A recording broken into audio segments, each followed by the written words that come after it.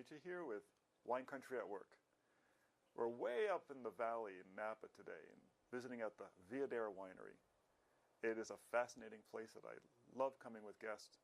I hope you find it as interesting as I do. So Shante, I've been here many times, as you know, with clients. And I know there's a great story that goes with this winery. Could you tell me the story, please? Delia Viader, who is our founder, is a very talented woman with quite an eclectic background. And when you're trying someone's wine, wine is a combination of science and art. And you start to understand the artist, you really start to understand the art that they're putting in front of you. And the same thing's happening in the wine industry. When you have a beautiful glass of wine in front of you, to know the history of the winemaker, what's going on in their mind, it gives you a great reading on what type of wine that they're trying to show, what type of personality the wine may have. And to know that about Delia, we'll give you a little bit of an insight into what we're doing here at Viader. Well, you know, it's interesting. It's a wonderful contrast because her pathway to winemaking was very convoluted. Definitely. Yours, on the other hand, you're a native-born Napan. You've grown up around the industry. You've chosen the industry from apparently quite young. Sure. So you two are the complete opposites of the spectrum, and yet you're in the same place, and you both seem to be very essential to the place. At least that's my impression. Sure. It's definitely a team effort.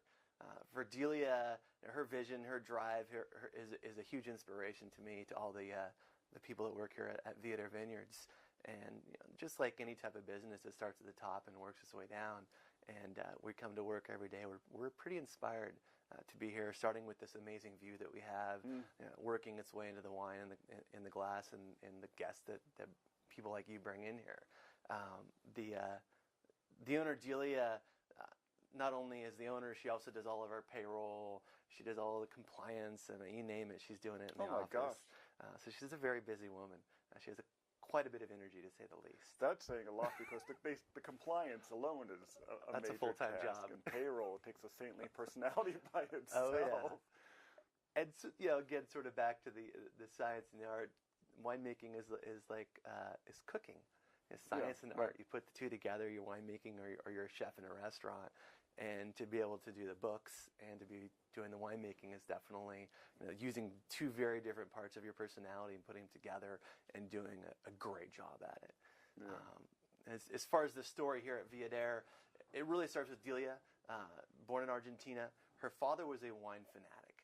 She says she first remembers tasting wine. She was probably 6 years old at the dinner table, and her dad splashes a bit of Bordeaux into a wine glass in front of her and gives her a little quiz on what she can smell, what she can taste, what she likes, what she doesn't like. And she said pretty much every night after that, there was a little bit of a quiz, a little bit of splash of Bordeaux. And as she got older, the splash got bigger. And by the time she was 12 years old, she was in love with red wine. And her dad was a Bordeaux nut, so she fell in love with Bordeaux type wines as well. The big reds. Big time. Yes. And that definitely sits at the core of the winemaking here in Viader. The reds, as we go through them, are unfiltered. They're unfined. We do organic farming out here in the vineyard. She plants the vine straight down the hill, like she's seen throughout Europe so many times. Yes. The winemaking itself, her son Alan is also our winemaker now. He was literally 5 years old when she first starts planting grapes in this hillside. It's sort of like me, growing up in the valley. You get the wine bug, you grow up in the vineyard, you pull hoses around cellars, you get a summer job in high school, you're helping your friends replant vineyards. Right. Pretty much every aspect of the industry is covered probably before you're 21. Yeah. Do you think one of the reasons they like kids so much working in the wineries is that those little fingers can get into the vines and get the grapes that you miss? That could be part of it. Nothing softer than the human hand pulling a grape from the grapevine. Exactly.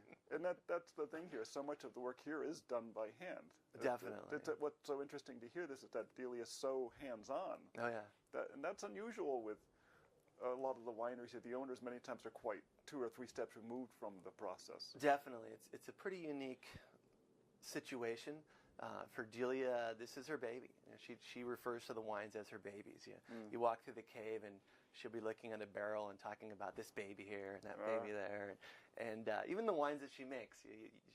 A lot of customers will ask Delia when she comes out here, and what's your favorite wine? Which is the one that you like the best?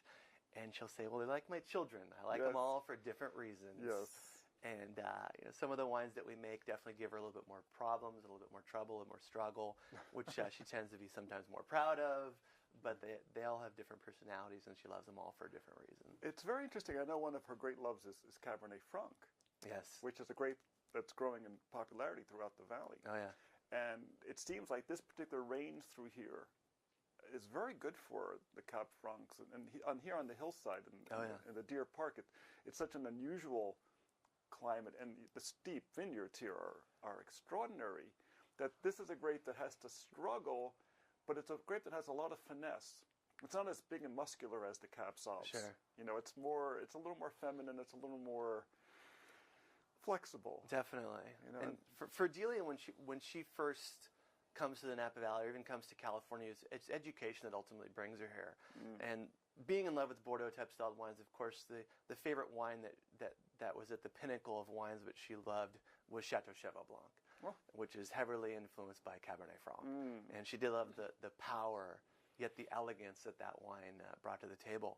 And so when she first started thinking about planting grapes in this hillside in the mid-'80s, her idea was to mimic Chateau Cheval Blanc and do it in a Napa Valley style. And when you're dealing with Napa Valley, of course, Cabernet is the king, and it's the wine that you really need to work with. And with this hillside, mentioning this hillside, this whole area, this whole vineyard faces due west. It drops into a 32-degree angle all the way down to the water, which is the equivalent to a double black diamond ski slope. In the afternoon, if you can imagine the sun tracking right over the top of this vineyard, the afternoon sun is just gives you some amazing energy. The water down here due west of the vineyard at about 3:30 to 4 o'clock, the sun starts hitting the water, and the water turns into a giant mirror reflecting energy right up into the vineyard. And so now from 3 o'clock until sunset, the vine is hit by two separate directions of the sun. And with Cab Franc especially, a grape which tends to lend itself to green, vegetative, sometimes bitter finishes, the energy, the solar heat, the energy that this vineyard gets bakes the green out. Perfectly. It bakes the edge off the vineyard. And if you're a vegetative characteristic, you have no chance in this vineyard. Oh, yeah. It just is baked out completely. And for Delia, you talk about location. It's true with this vineyard.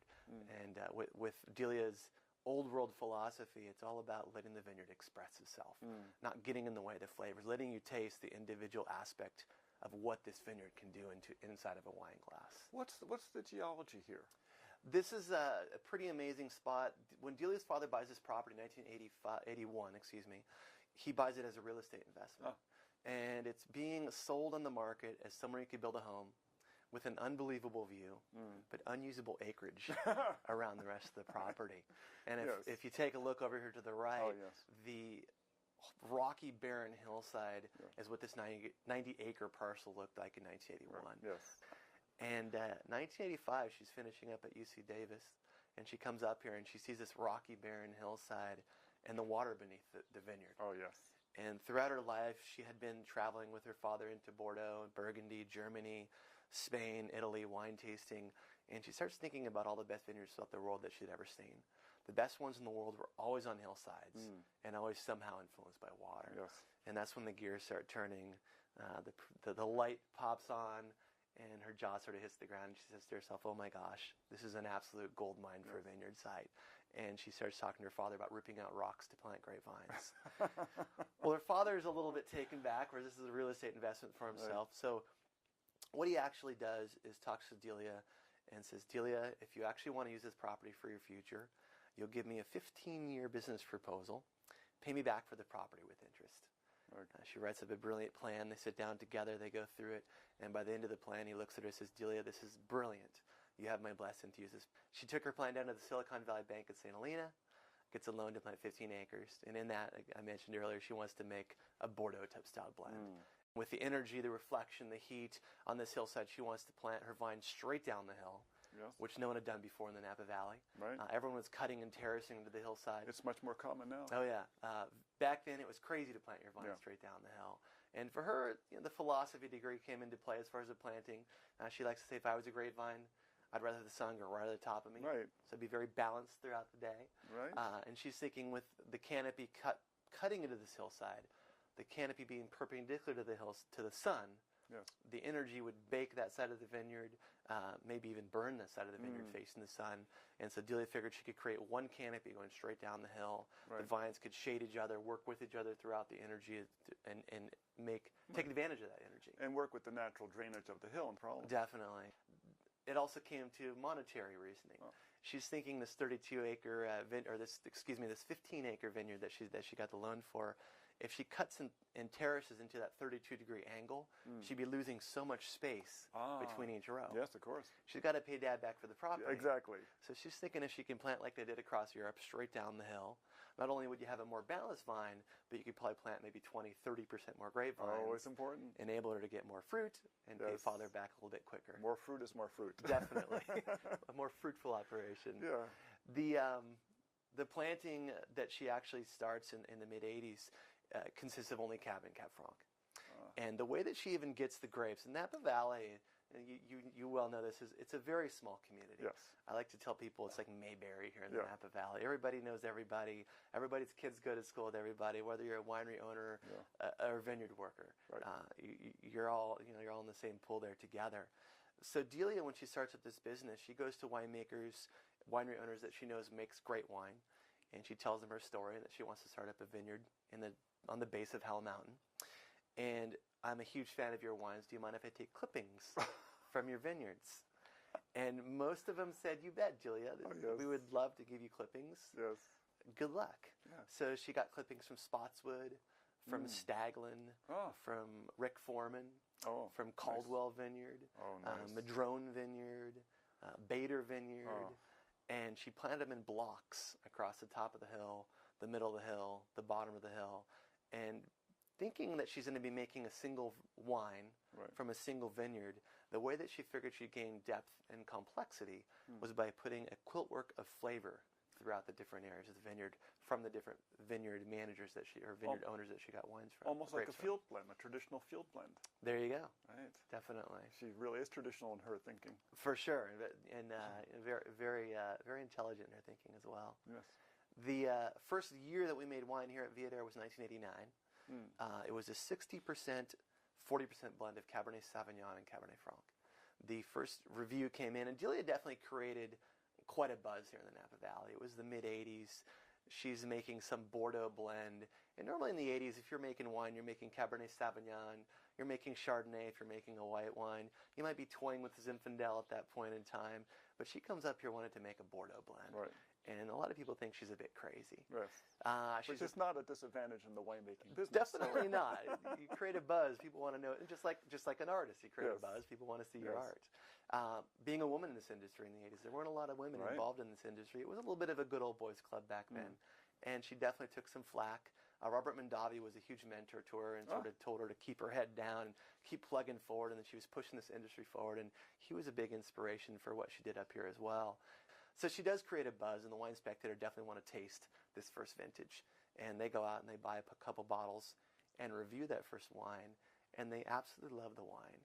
They gave her 90 points with the first vintage that's created here at the winery. What's really funny is they went out and got the bottles themselves. These days, they expect everything to show up on their doorstep. But Wine Spectator was a lot smaller back then. Definitely, yeah. Nowadays, they send you an email and tell you to ship it down or bring it by. Right. And with Delia, 90 points though. 90 I points. mean, right out of the box. Definitely. You look at the ratings. 90 points and above is something that's spectacular. Yes. And for Delia, that was her goal. One of my favorite quotes. She's gotten all types of articles and reviews throughout the years. And my favorite quote from Delia on all the articles here in the walls, she never imagined not succeeding. And she knew from the beginning. She had the vision, the drive, the persistence that she would make a name for herself. Right. And for her, I'm sure that 90 points was not a surprise. And for Delia, knowing Delia, 90 points, there's always room for improvement. Right. And for her at that point, she did exactly that. The second year that wine was produced here, we got 91 points. The fifth year she produces wine, she gets a phone call from the editor at the Wine Spectator. It's, again, a small community. And they let her know that their top 100 wines of the world, this is coming out in the next month's issue. And she better make sure to go and buy a couple copies. And so she goes out and furiously rips through the first copy that she finds and they tasted 11,000 wines that year. Oh my! She finds her name, Viader Vineyards, listed on the top 100 wines of the world at number 14. Wow! And at that point, it's instant success. The wine collectors are calling. Oh, of course. The phone is ringing off the hook. Right. She can't sell the wine quick enough. Her father starts talking about investing in the business instead of the property. And, as they say, the rest is history at that point. And for Delia, the label has not slowed down. Her average score throughout the last 25 years of wine rankings is over 91 points. Her wine's been on that top 100 wines of the world list at number 38 in the world, number 14 in the world, number 3 in the world. She's been all the way up to number 2 in the world. Wow. Sort of a comical push on her history is she got number 2 in the world. The next year she got number 3 in the world. The wine that took her spot, that pushed her aside, was Chateau Cheval Blanc. Oh. And so she was actually quite excited that Chateau Cheval Blanc pushed her aside to number 3. She said, if it was any wine in the world, this is the one I'd want to do it. She was probably thinking it'd be more fun if I had pushed them out a little. Probably so, but she was pretty excited about just the placement being right next to that wine. What's amazing about the scores right out of the box is that these were relatively young vines. Oh, yeah.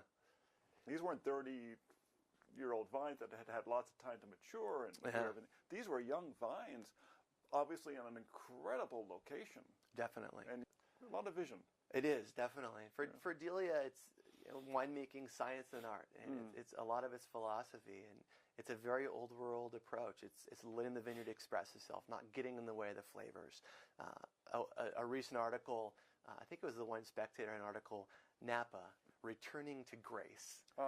And from these giant smack you in the mouth Cabernets to these more elegant, refined styles of Cabernet, and they actually cited Viader as one of these very consistently elegant, refined, graceful Cabernet-styled wines. That's how I would usually describe it.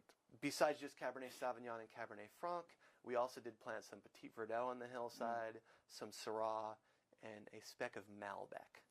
And so at 30 acres, the hillside ordinances are changing, and at that point we get maxed out as far as what we can plant on this hillside. So we are at maximum capacity as far as the grapevines go here on the property. But at least now you have some other signature flavors that you can work with. Definitely. When Delia, when she started making the Viader, she made 1,500 cases of the Viader blend the first year that she made it. And when she hit the top 100 wines of the world list the first time, she made 1,500 cases of it. And at that point, she sort of decided that she would not lose the perspective of where she is, where she came from, and what she was doing. And she's pretty much capped herself off at 1,500 cases on the production there. She felt where quality and quantity came together. She was at that sweet spot. And she did not want to lose that, to leave that behind. And so pretty much every year of that Viader blend, we make 1,500 cases of it. Some years we'll make quite a bit less. 2010, for an example, we only made 975 cases. It was a little bit of more of a challenging vintage for the winemaking. The Wine Enthusiast actually just reviewed that one, gave it 97 points. Whoa.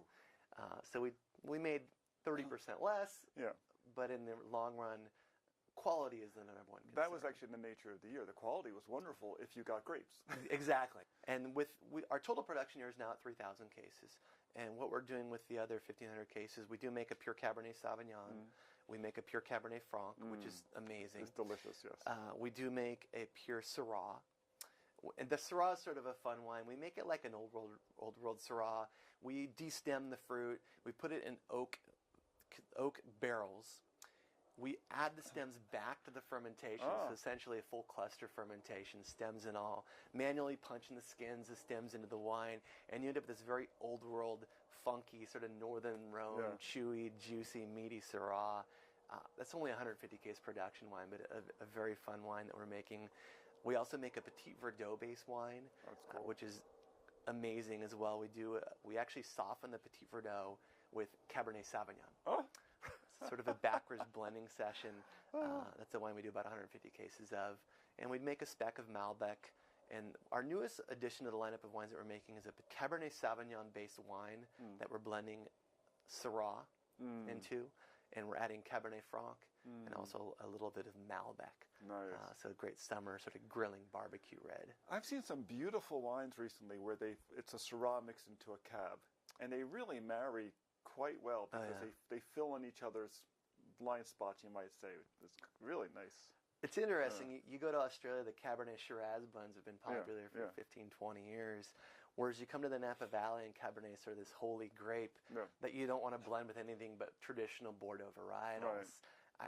I think you're going to see a lot more of these Cabernet Shiraz blends, whereas I think you just stated it correctly. The Cabernet and the Syrah are so complementary. The Syrah adds a softness, a juicy character. It rounds out the tannins quite beautifully. And for California, we love grilling, we love barbecuing. It's just sort of a perfect grilling, barbecue, meat wine. And I think you're going to see a lot more winemakers playing with Cabernet and Syrah in the future. I think that women winemakers are more willing to play with recipes than men winemakers.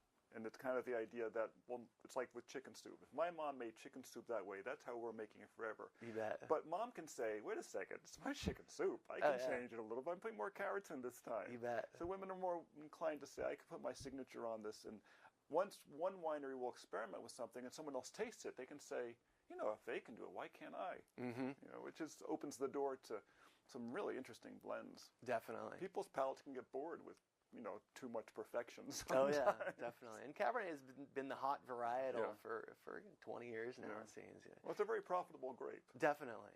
Yeah, if you're a farmer, that's definitely what you want to plant. Very profitable grape. There was a study recently about they measured people's mental acuity, and they exposed like guys to really beautiful girls and girls to really great-looking guys, and found out that when encountering beauty, people go stupid. They just like lose it for a moment or two. They just get dumb. And it's actually something I have seen when I've brought people here and they walk out into the view. And I've noticed that your working style, your team's working style, is very conscious of that.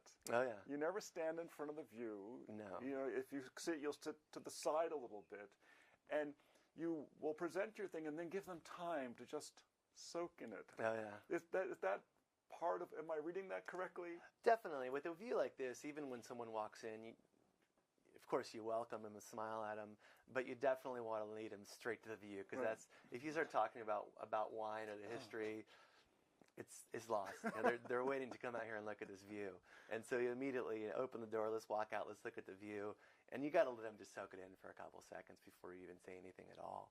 And then a great place for us to start is with the view. You know, point out Diamond Mountain right across the way from us, Spring Mountain down to our left, the town of Calistoga down here to the right. Working our way in, we have the water right in front of us, Bell Canyon Reservoir, up into the vineyards, Cab Franc in front of you, Cab Franc, Cabernet to the left, and then sort of work your way up back into the tasting experience. But you definitely have to start with the view. And with a view like this, it would be silly not to let the customer enjoy it with the guests that they're with. So we do like to give them some private time out here where they can sit down, enjoy these amazing wines, look at this ridiculous view, and just even knowing about the history of the winery, thinking about this vineyard and the energy, the reflection off the sun, and tasting this wine with this dark fruit and this amazingly silk ripe tannin.